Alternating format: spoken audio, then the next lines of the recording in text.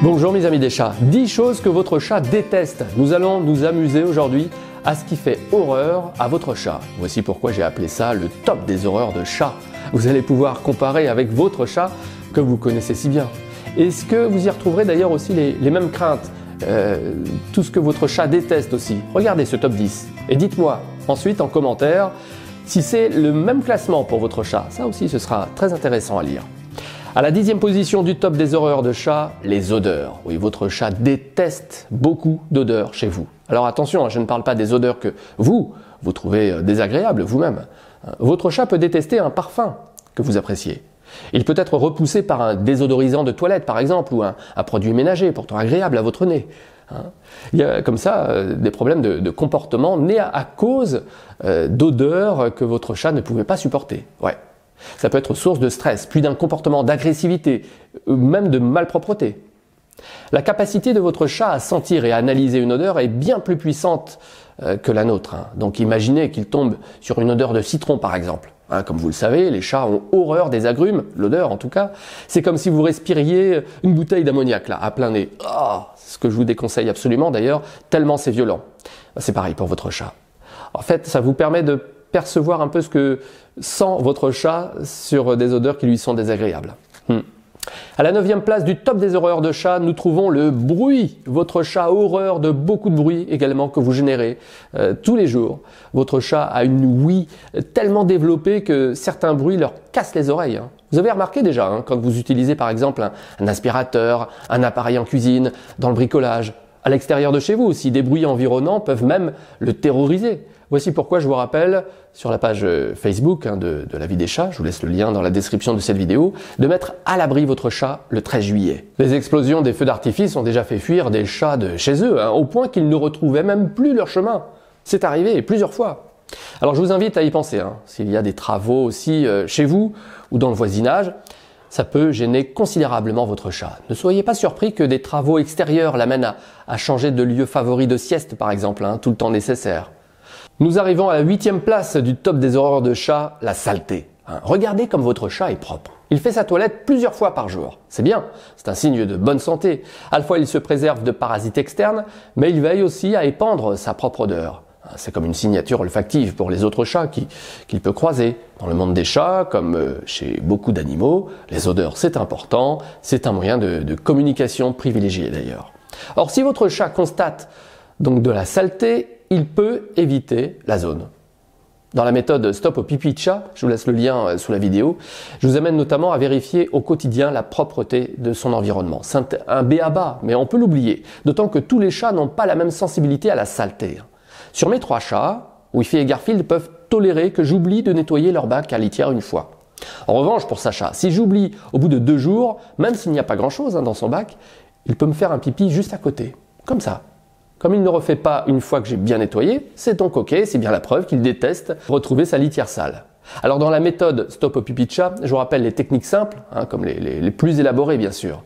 C'est amusant d'ailleurs de voir qu'au fil des années, tous les parents de chats que j'ai pu aider ont enrichi les différents cas qu'on puisse rencontrer en cas de pipi de chat en dehors de la litière. Les odeurs donc font partie des indices à vérifier. Dans le top des horreurs de chat, j'ai inclus en 7e position la caisse de transport de votre chat. Chez beaucoup de parents de chat, la caisse ou le sac de transport pour chat demeure un problème. C'est en effet une source de stress pour votre chat si vous ne sortez la caisse que pour les rendez-vous chez votre vétérinaire.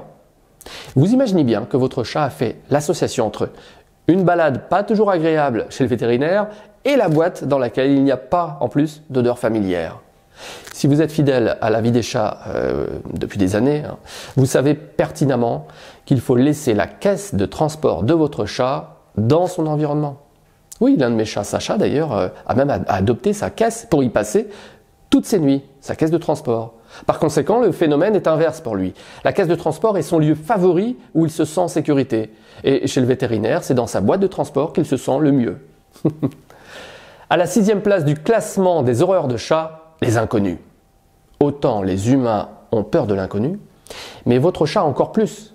Voir débarquer un chat inconnu sur son territoire, c'est le début d'un cauchemar pour votre chat.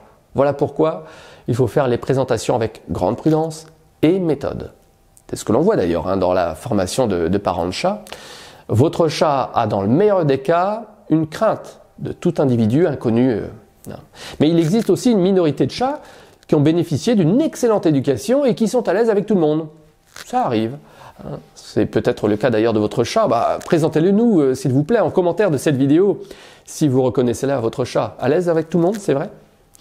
À la 5e place du top des horreurs de chat, être caressé sur le ventre. Aïe, aïe, aïe. Beaucoup de chats refusent de se faire toucher le ventre. Là aussi, c'est l'héritage génétique de ses ancêtres. En pleine nature, un félin protégera absolument cette partie vulnérable de son corps, le ventre. Face à un prédateur ou un adversaire, vous avez vu votre chat à l'œuvre, il met tout en œuvre justement pour défendre son ventre. Il se sert alors de ses armes, ses griffes, ses crocs pour les mettre au-dessus de son ventre. Voilà pourquoi votre chat se met sur le dos pour mieux défendre son ventre. Tiens, dites-moi en commentaire aussi si votre chat refuse les caresses sur le ventre. N'oubliez pas aussi de donner son nom s'il vous plaît. On s'approche du podium du top des horreurs de chat. En 4e place, être brossé est un calvaire, voire une punition pour un grand nombre de chats. C'est le cas si vous n'avez pas encore habitué votre chat à être brossé. Et pourtant, c'est une activité qui a plusieurs avantages, le brossage. Je vous en parle dans le guide pratique d'un nouveau chat. Vous êtes libre de télécharger ce guide de 150 pages de conseils gratuitement en cliquant sur le lien que je vous laisse sous la vidéo. Vous donnerez simplement votre prénom et votre email. Je vous enverrai aussitôt ce guide dans votre boîte email. Alors, pratiquez le brossage de votre chat 1 à 2 fois par semaine. C'est ce que je vous conseille, surtout le printemps arrivé. Pour les chats à poils longs, il est même recommandé de le faire tous les jours. Je vous rappelle que je recommande l'usage de cette super brosse, la Forminator. Je vous laisse le lien sous la vidéo. Elle a entre autres l'avantage d'enlever les 3 catégories de poils de votre chat. Les autres brosses ne le font pas aussi efficacement. Ça permet aussi d'éviter les trop grosses boules de poils dans le ventre de votre chat. Et ouais, à chaque toilette, il en ingère. Chaque année, d'ailleurs, on déplore aux urgences des vétérinaires des occlusions intestinales. Nous sommes maintenant à la 3e position du top des horreurs de chat. Trop de câlins de votre part. Ouais, ça peut arriver, sans que vous vous en rendiez compte. C'est ce que j'ai évoqué aussi dans le sujet d'ailleurs, pourquoi votre chat n'est pas câlin. Je vous invite à revoir le sujet, le lien est sous la vidéo. Tous les chats ne veulent pas absolument beaucoup de câlins tous les jours. Non, ça dépend de leur personnalité. Oui, comme tous les chats sont différents, il faut que vous appreniez à savoir ce que votre chat aime. Il apprécie la tranquillité. Parfois, seule votre présence le rend serein et heureux. Je comprends que ça peut être frustrant quand on veut à tout prix câliner son chat tous les jours, plusieurs fois par jour même. Dans ce cas, il faut l'observer et s'adapter à lui. Avec le temps, la situation peut évoluer en votre faveur. À l'inverse, et c'est le numéro 2 du top des horreurs de chat, pas assez d'attention. Je pense aux chats pot de colle qui vous suivent à la trace toute la journée.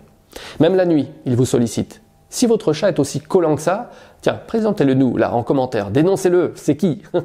Comment s'appelle-t-il? Si votre chat vous harcèle pour des caresses, pour s'allonger sur vous alors que vous travaillez, n'oubliez pas aussi, surtout, de lui répondre. En l'absence d'attention, un chat très demandeur peut déprimer et avoir des troubles du comportement. Dans certains cas extrêmes, ça peut même dégénérer en maladie. Alors là aussi, tous les chats sont différents. Donc si vous identifiez un chat pot de colle, ne le faites pas souffrir en lui enlevant toute attention. Vous répondrez à ses demandes à chaque fois en lui offrant des tonnes de câlins et des mots doux. Je compte sur vous. Enfin, je vous révèle le top du top, le numéro 1 du top des horreurs de chat, un changement d'habitude. Ça peut prêter à sourire si votre chat est habitué aux changements réguliers chez vous, mais pour beaucoup de félins, un changement peut être sérieux. Pour vous expliquer, j'avais suivi chez Sylvie un chat recueilli dans la rue depuis quelques années. Il s'appelait Simba. Ce chat n'avait pas eu une éducation idéale, il était resté très craintif, il n'acceptait que Sylvie. Et au bout de plusieurs années, Simba avait réussi à accepter de passer le plus clair de son temps dans la maison. La relation, fragile au début, s'était en effet enrichie grâce à la patience de Sylvie. L'un de leurs rituels était le câlin de quelques minutes près du feu de cheminée, seulement une fois par jour. Ce moment rare était suivi d'une gamelle remplie, et puis Sylvie s'en allait à l'étage en laissant Simba vivre tout seul au rez-de-chaussée. Mais lorsque le planning professionnel de Sylvie a changé le soir, la vie de Simba en a été chamboulée. Comme Sylvie était absente désormais le soir, le rituel avec Simba n'était plus possible. Cela a perturbé ce chat, au point qu'il est parti. Sylvie ne l'a plus jamais revu. Son chat était reparti à la rue. Alors votre chat adore les habitudes strictes. Qu'il s'agisse de rituels ou de votre environnement mobilier même, votre chat aime les rendez-vous aux mêmes heures. Ça le conforte dans l'harmonie qu'il aime chez vous. Donc veillez à lui prêter beaucoup d'attention si une habitude change pour votre chat plus sensible que la moyenne. Mais à vous maintenant de me dire en commentaire là sous cette vidéo, écrivez s'il vous plaît, qu'est-ce que votre chat déteste et que je n'ai pas évoqué. Profitez-en pour présenter en 2 mots aussi votre chat, comment il s'appelle, etc. Je vous propose de vous abonner aussi à cette chaîne de laviedeschats.com pour ne pas manquer les prochains sujets. Tiens, la semaine prochaine, j'ai encore pris une de vos questions en commentaire. Mon chat monte sur la table, comment l'en empêcher? Grande question. En tout cas, je vous remercie mes amis des chats pour le pouce bleu aussi si vous avez aimé ces conseils. À très bientôt.